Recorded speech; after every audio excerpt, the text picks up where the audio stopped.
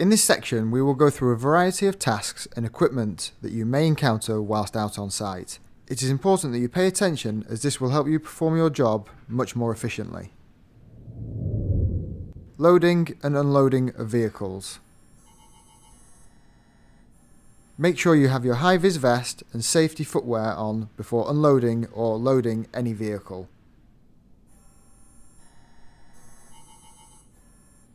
If unloading or loading in any area where members of the public have access, please take extra care.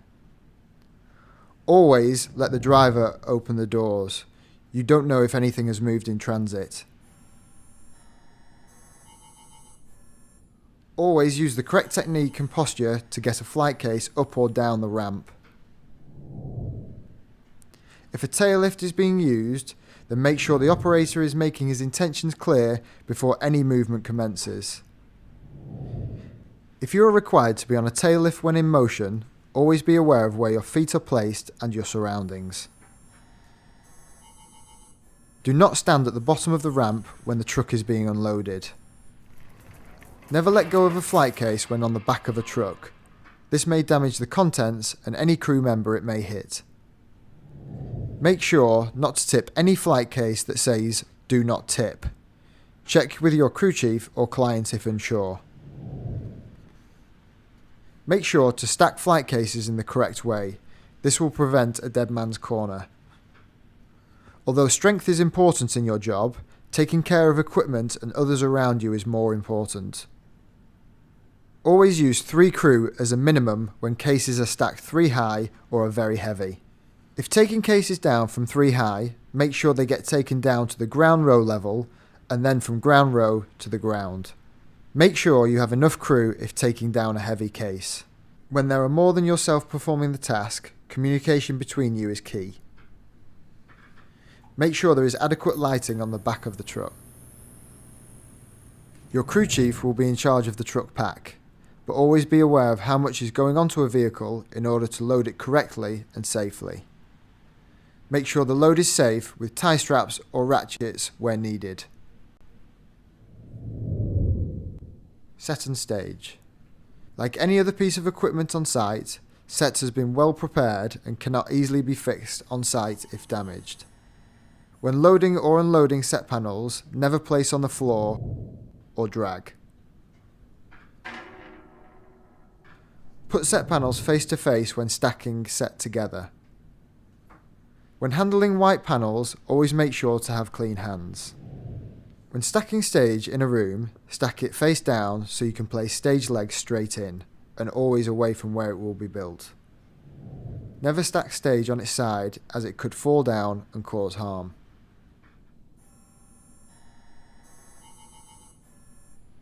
When building a stage, always make sure the back line is correct so that the rest of the staging will run correctly.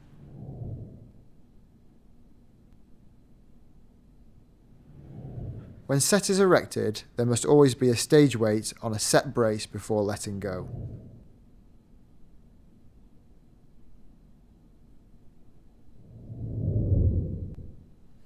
Lights.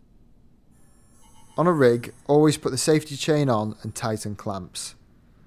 Make sure to follow lighting and cable plans set out by either your crew chief or lighting technician.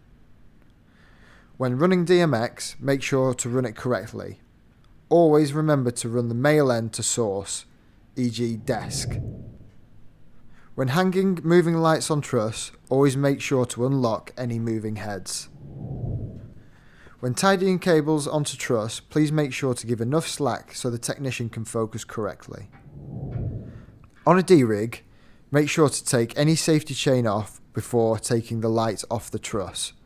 With any moving lights, please lock moving heads before putting into a flight case. Make sure when de-rigging cables and lights, all are placed in the correct flight cases. All cables should be coiled in the correct fashion as shown in your induction and placed in the correct flight case.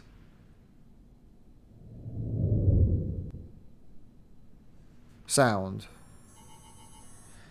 Make sure when setting up speaker stands, they are the same height and are symmetrical on both sides of the room. If needed, ask for assistance to place much heavier and larger speakers onto stands. If speakers are to be hung on truss, make sure the safety chain is on.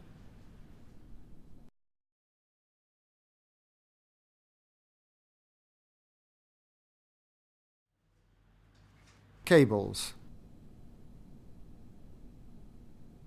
Make sure to leave excess cable if being attached to truss that will be going up high or on a stand that is going to be extended. Keep cable tidy at the base of all stands. When tidying cable, make sure to work your way from the back of the room towards the rack. This way any excess cable can be hidden behind the set. Always ask a senior crew member how to connect cables to equipment if you're unsure. Always try and use the most appropriate length of cable for the job in hand. Make sure to have no cable stretching excessively. Cables should be as neat and discreet as possible. When taping down cables, make sure to use the correct techniques. When laying cables, keep tidy. Use the correct techniques and make sure there are no more cables to be laid down before you start taping. If it is a doorway where there will be a lot of traffic, make sure to tape down well in order to prevent a trip hazard. Do not pull motor cables out. If you are rigging motor cables, try and use a different colour PVC to indicate this is to stay on during the D-rig. When cabling up on a D-rig, make sure to cable correctly into same size loops and not create any figure of eights. Always cable up socker on the floor, not too big and not too small.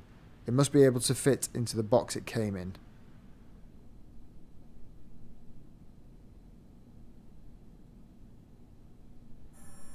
Truss.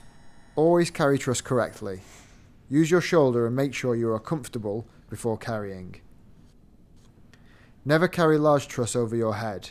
This is extremely dangerous and not permitted. Always be aware of your surroundings. It is easy to misjudge your space and the length of the truss you're carrying. Always take extra precaution when carrying in tight spaces and rooms with low ceilings. Always lie truss down. Don't stand up in case it gets knocked over. Always make sure to match the V's up on the truss. When connecting truss, you must ensure there are the correct amount of eggs, pins and clips. Truss eggs are tapered. Make sure they are the correct way round. When putting pins into the truss, always hit the pin, not the truss, as this may damage it. If bolting truss together, make sure all bolts are facing the same way and are tightened fully. In order to save time, lie truss down as instructed and work along the top line, putting pins in. Flip it and work along again.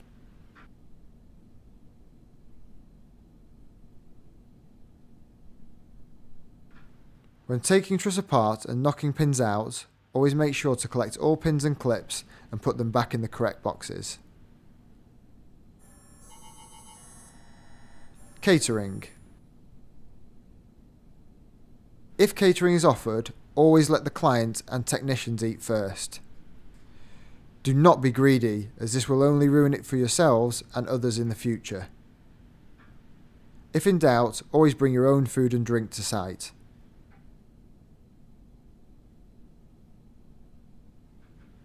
Screens. Always make sure there are 2 people when putting up a fast fold screen, one of which must be an experienced crew member. When making the screen frame up, make sure that all clasps are fastened and the frame is rigid. Make sure you leave the corner braces loose. This will help when attaching the screen surface. Always ask the client if they are using a front or rear projection screen. A rear projection screen is grey, a front projection screen is white.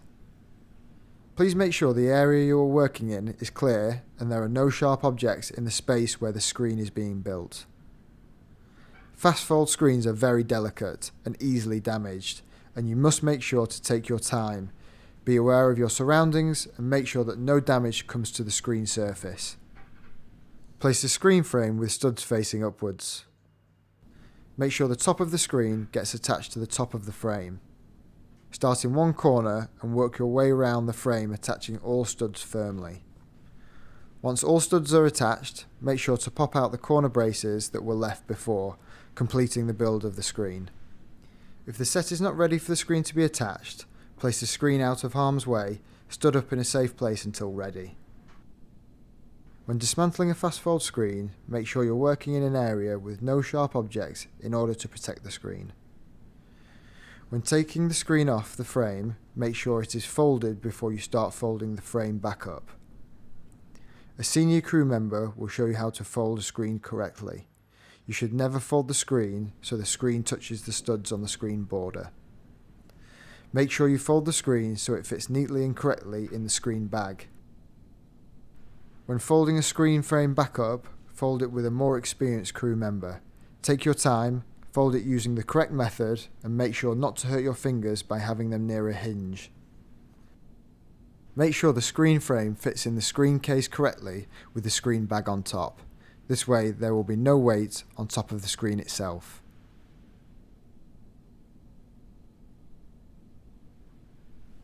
Plasmas.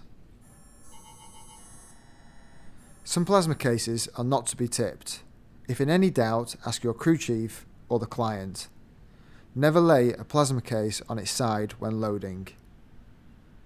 When lifting a plasma onto a stand, always do it in pairs. Make sure you tighten the bolts when the screen is flat at the front. Always leave a power cable, VGA and remote with the plasma once rigged. When dismantling a plasma screen from a stand, only ever take the bottom set of bolts out. Always ensure the top bolts are left. Make sure all bolts, remote controls and cables are put back in the correct bag or case.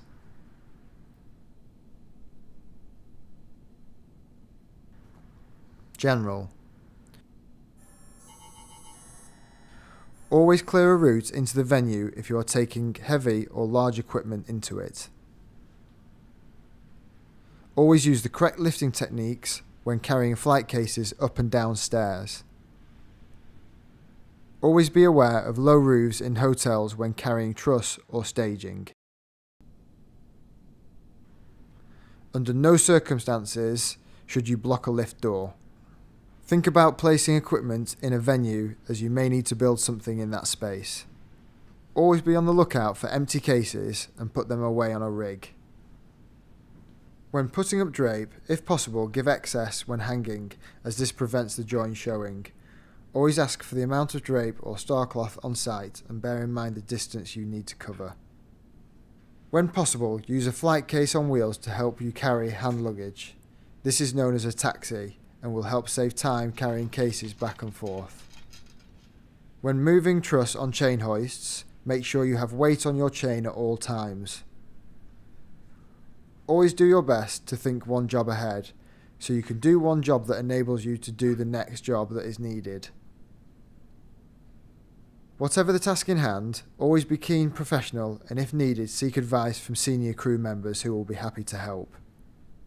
In order to become a Silverback and become a valuable crew member, the main attributes you must show are to get involved, learn, ask questions, be responsible, and enjoy working as part of a team. You have a full management team behind you, and if at any point you have any questions you wish to ask or advice on how to progress, then please let us know.